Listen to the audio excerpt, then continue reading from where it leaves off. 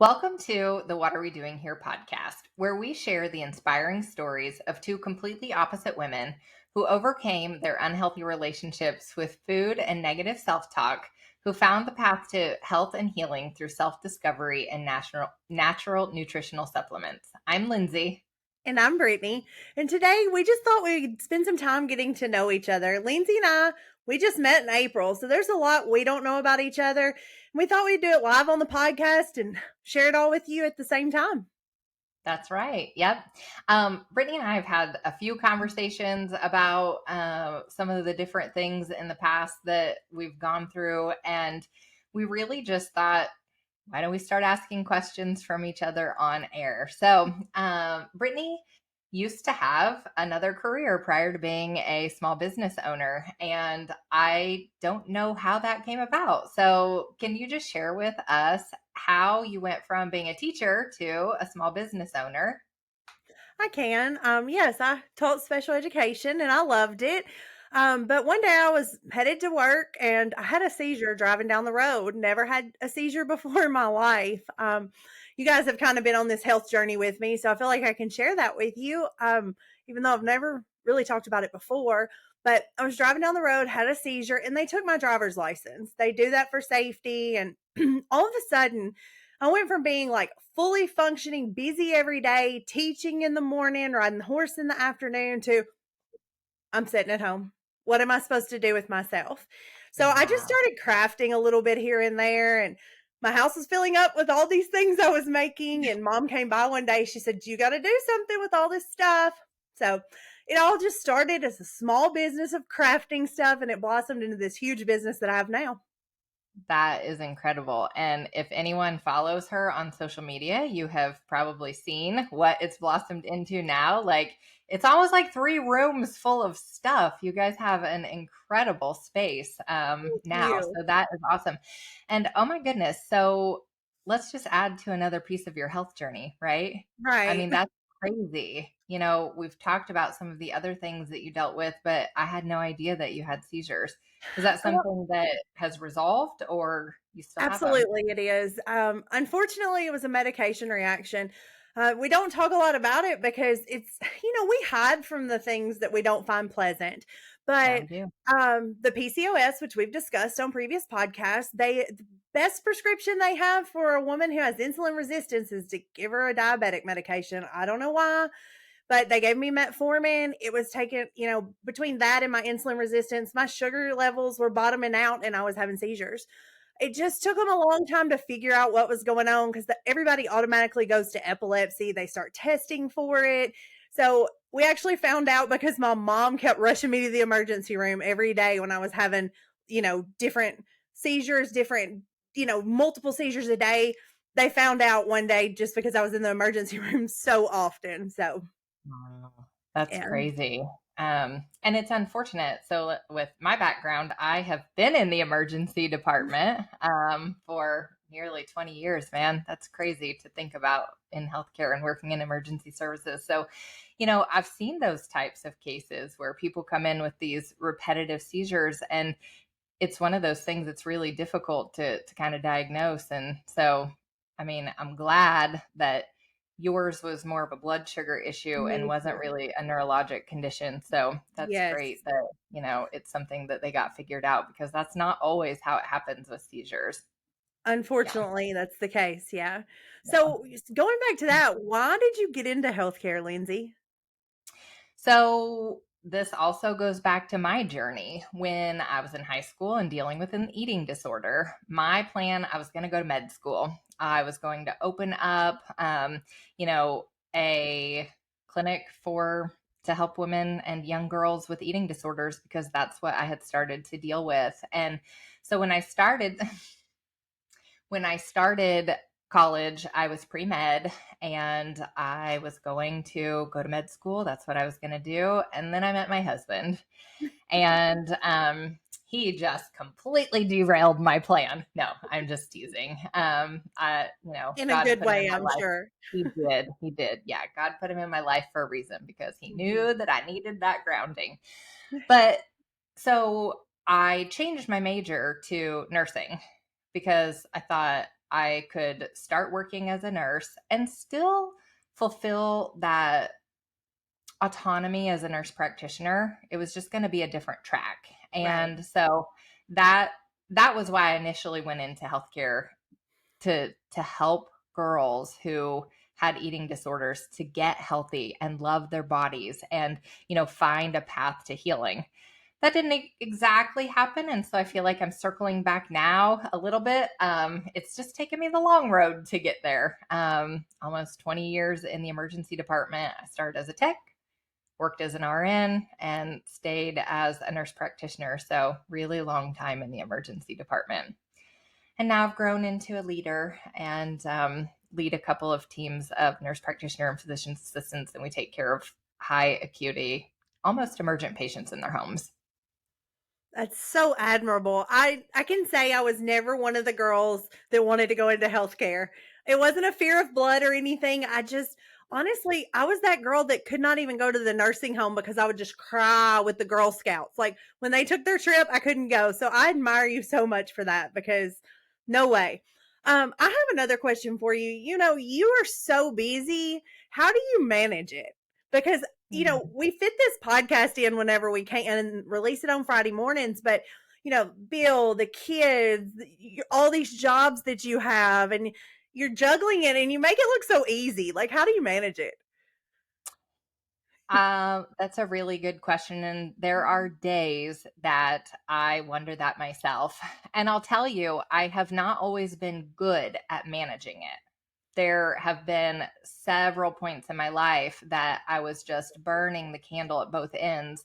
And it really has taken a lot of time to learn how to focus my energy when I'm doing something. So, a lot of that is, I told you, I have a schedule. I turn off my phone for an hour and a half on Thursdays and I spend time with my husband. When, we've got softball, if Taylor's playing a game, I'm not directly, with her, I may do a little bit of work in the interim, but it really is Wow. focused time. So, turning off your phone, being focused at what you're doing, you would be amazed at what you can really get done when you don't get distracted. So, every time you try, there is no such thing as multitasking. So, we like to No. pride ourselves in this culture of being multitaskers. And that's what I used to do. I used to try to multitask and I was just busy all the time and didn't get anything done. So it's really focus time. Turn your phone off, focus what you're doing, do it till it's done. I actually really like that there's no such thing as multitasking because you hear that. That's like one of those words that you hear constantly. And when you're multitasking, you're not giving your attention wholeheartedly to one thing. So it can't be your best work for sure. So yeah, I Yeah. could see that for sure. So if you've ever seen, I sometimes will post on my stories that in the morning I do gratitude and then I have a critical task list. And you have to check them off. Like, Right. don't move on until you're done with one, because if you're trying to flip back and forth, and to be quite honest, I get a lot of my best work done after 5 o'clock when my teams at work may not be contacting me anymore, because there are times that I have to turn my attention away from what I'm doing. But that truly, the secret is focus on what you're doing, turn your phone off, dedicate time to what you're doing. Don't pick up a notification from social media. Like, you literally have to turn everything else off. You make it sound so easy. It's like Wonder Woman. So you're telling me that I have this critical list because I have lists. I'm a list girl. My dad has lists. It's like I get it honest, but there are times when I skip something just because it seems so tough, and I'm like, I'll go back to it. You're saying I absolutely cannot do that. You've got to No, stay because focused on that list. okay, what is that law? If you have 4 hours to clean your bedroom, how long is it going to take you to clean your bedroom? Right, 4 hours. 4 hours. Hmm. If you have 45 minutes to clean your bedroom and your mom is saying, if you don't get your bedroom cleaned before the weekend, we're not doing XYZ, whatever, you're going to get it done in 45 minutes. So you give yourself the allotted time, you focus your time. Do not, do not look at anything else until your time is up. It is know. difficult, but if you block your time like that, it really does make it so much more productive. I'm definitely learning from you today. Yeah, I mean, that has to be it. But, on the other side of that, like, I want to know from you, like, how do you just go with the flow? Because I'm kind of like a control freak, right? Like, everything has to be in its own bubble and everything has to be scheduled. So, um, I struggle with going with flow. Um, I used to be just like you, honestly. Um, but then I started teaching school. Those kids will teach you so fast that no plan is going to go as you plan it. So I think I learned it there. It wasn't something I was born with. I definitely am like the organized planner, sit down, get stuff done, get up and get the other stuff done. But when you start teaching a classroom full of children, it's never going to go as you plan. And instead of like letting it cause stress of, Hmm. oh, this is not going how it should, you kind of just have to learn to like let them take you where they need to go and use that as a learning opportunity. So that's where I learned it, but Yeah. how I do it, no idea. Gotcha. I will say that this reminds me, I really wanted to kind of talk a little bit about how our fasts ended up. Oh, yes, But, yes. and I'll tell you why, because that really made me think about when we were fasting, that helped me a little bit slow down, Mhm. right? Yeah. Because that was kind of one of the breakthroughs that I felt like I had was to let go and give it to God and Mhm. really know. And I know that it's not in my hands anyway. Like, my path is already sought out for me. But I really just heard it more last week that it was, I'm still going to do my focus time, but slowing down a little bit and listening more than just always being on the path that I think is moving forward. And so that was really big for me. Do you have anything that, really sparked for you? Because that was definitely one of my biggest like aha moments. Other than just I feel like I finally have clarification that my purpose in my life is where it needs to be. I'm in the Awesome. correct vehicle. I'm Awesome. heading down the road in the correct vehicle. So that's exactly what I needed from that fast. I Yeah. needed God to tell me where you are now is where you need to be. You're not on the wrong road again, Brittany, because I've been Yeah. there. He'll stop you and say, nope, turn around.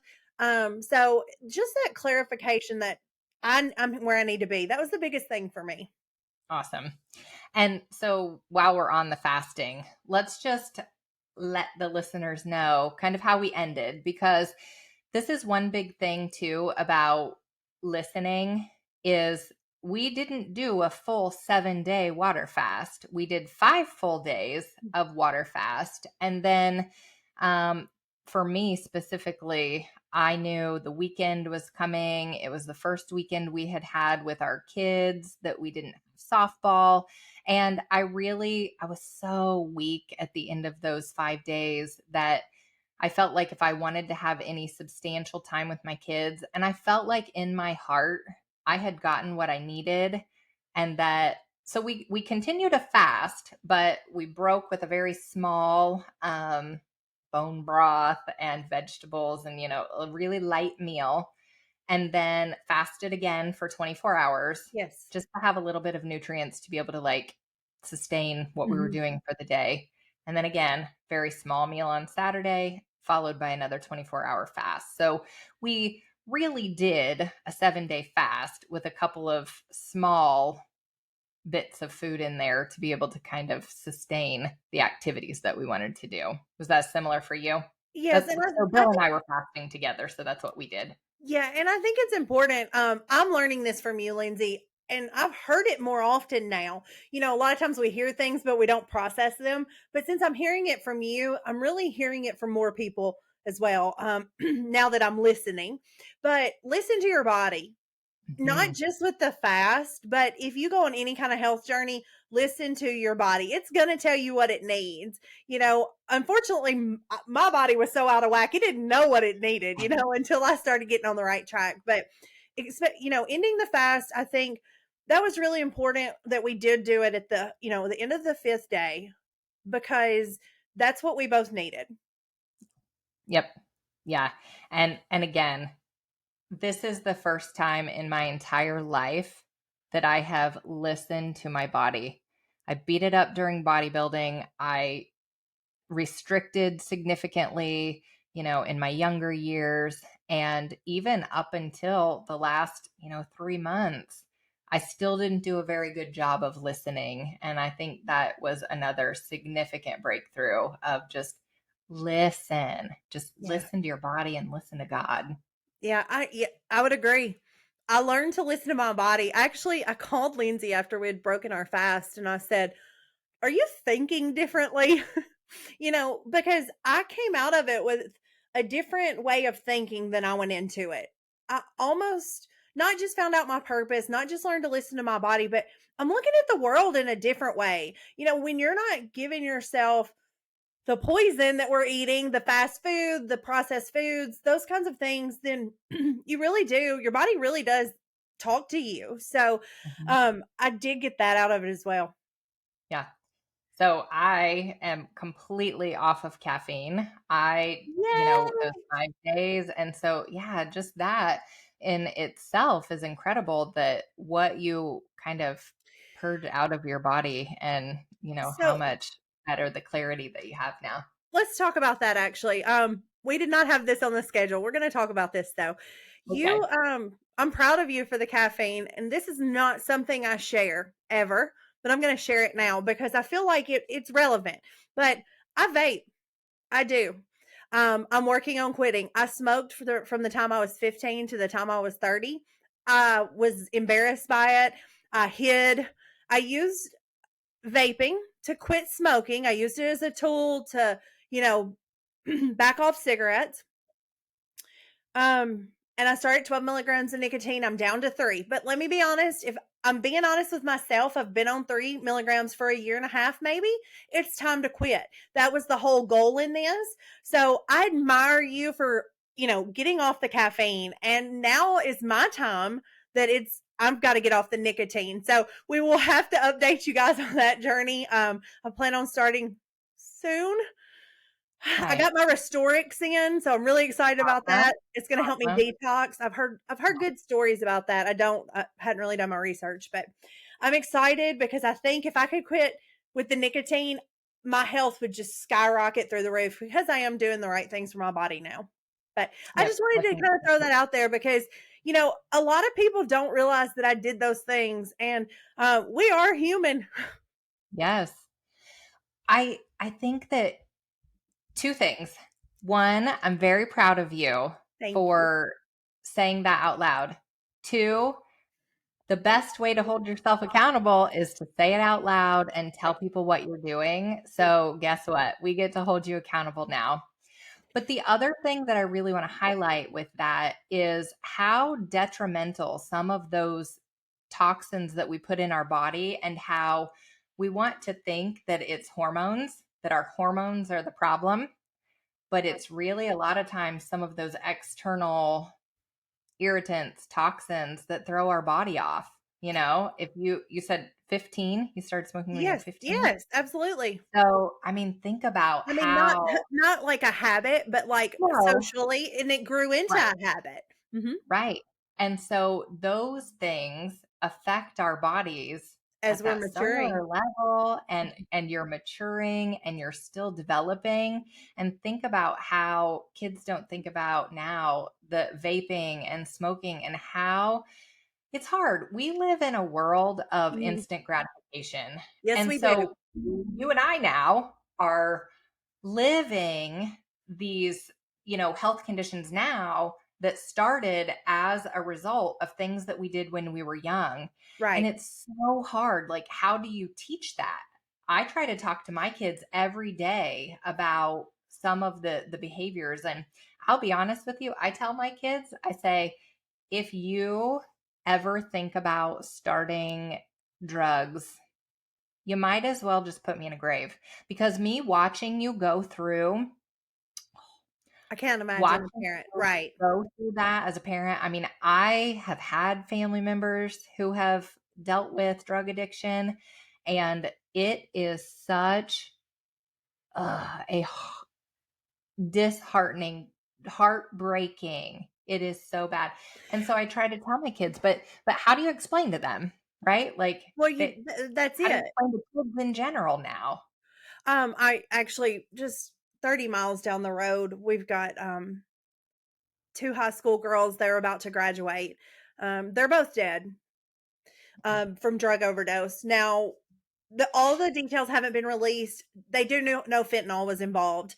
Um, but I have somebody right here in town that is her son. All he bought marijuana, but it was laced with fentanyl. Like it's it is so easy to die now. And Hmm. how do you show that to them? Kids are kids. Right. We were kids.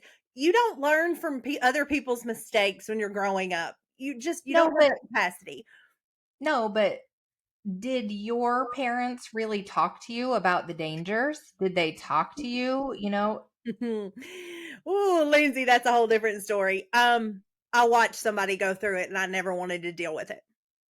But Um, but mhm, even like cigarette smoking, like my parents smoked. So my opposite was I didn't want to do that. I didn't like exactly. how it looked. I didn't like how it smelled. Right. But if you come from a home where they don't, but you Mhm. don't talk about the dangers, you don't talk So about, so I I came from a home that had the alcohol and the drugs. You know, and so no, I didn't want to go down that path. Um, Nobody really smoked in my house, but I will tell you, I came in one night and I smelled like cigarette smoke, and my mom was like, "Where are they?" And we had a discussion then, but look, my mom's a saint. She did everything right. When I look back, I cannot believe she put up with me because I would have been like, out, girl, out. That um, attitude I had. But no, she did. She had that talk with me. It didn't take, Lindsay. I was yeah, running around, running around with the band and the cheerleaders, and you see other people doing yeah, stuff. Honest to God, the first time I was offered a cigarette, and I didn't mean to get on this whole conversation, but the first time I was offered a cigarette, I was riding down the road in a friend's car, and it was an older girl. She offered me a cigarette. I didn't know how to light it. I ended up just acting like I smoked it, threw it out the window. So peer pressure got me. yeah, So yep, I wish I had that could answer that for you or give you some advice, but yeah, I don't know. Pray. That's all we can do as yeah, parents is pray for the kids. yeah, yeah.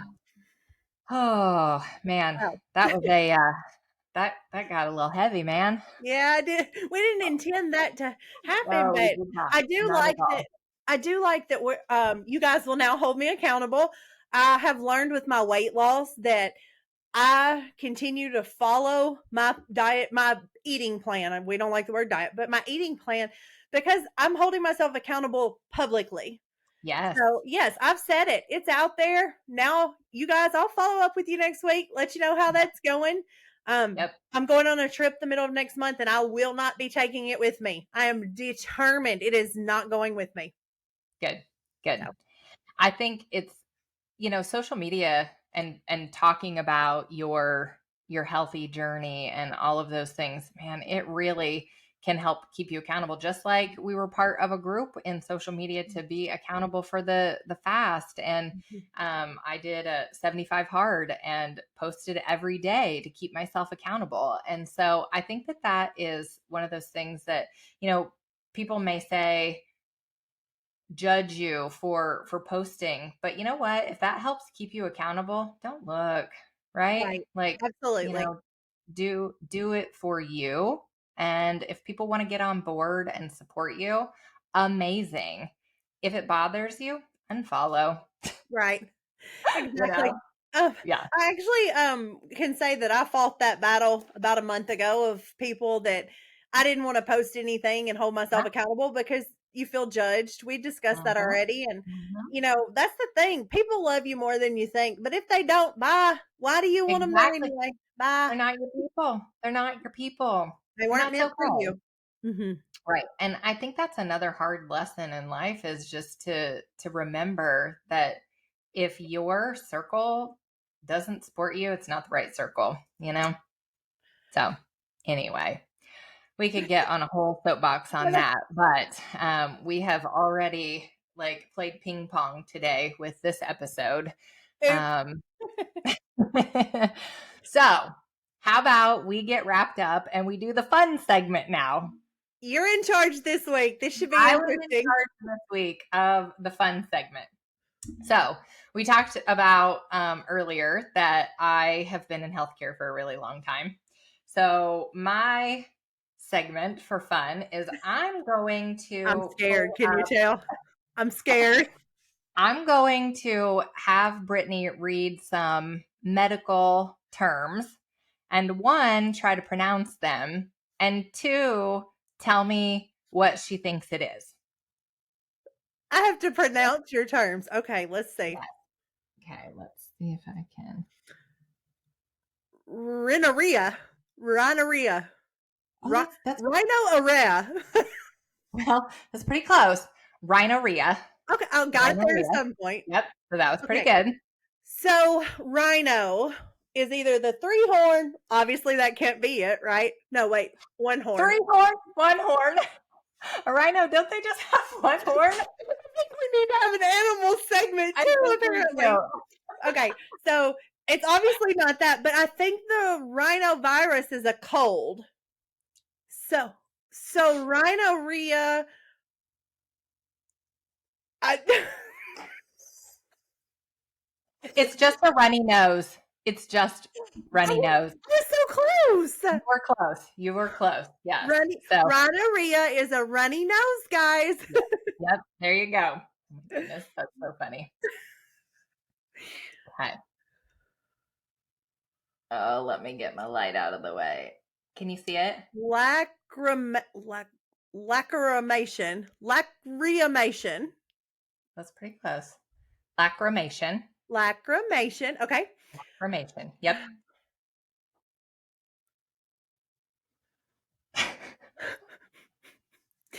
Missing a transformation. I don't know. I have no idea. I can't even begin to Okay. guess. It's a medical term that has to do with the body. Do you want me to give you Mation. Mation. What does mation mean? Going through. So lacra. Isn't that like a fabric? All right, I'm going to give you a hint. It's Okay. still on the face. Black. Dark spots? No. You want me to tell you? Yes, because I'm lost. Watering eyes. It's your eyes watering. So like So tears flowing. Crying is lacrimation. So so when I'm cutting an onion, I'm lacrimating. yes. I'm gonna use that tonight when I cook. I'm not Right. crying, Jeremy. I'm just lacrimating. Oh my gosh. That's funny. We're gonna do one more. I had 4, but I'll tell you why after this one. We're only doing 3, okay? Okay. Emesis. Emesis. Was that an M? Emesis. Yeah. Emesis. Emesis. Sis. I should know my endings and beginnings. Emesis. So it is emesis. Okay. Emesis is the word. Yep. Emesis. M. What else has M? I don't know. Emesis. I don't know.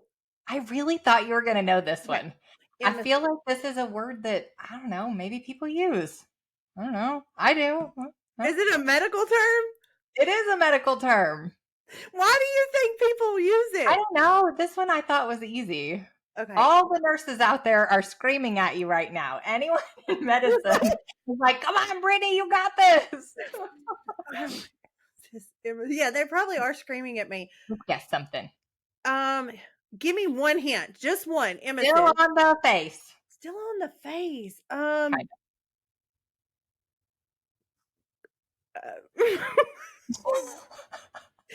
Coughing. No, I know that's No, not right. no, it is mouth. It is mouth, though. Dry mouth. No, vomiting. Ew. It's vomiting. So it's like, Stupid.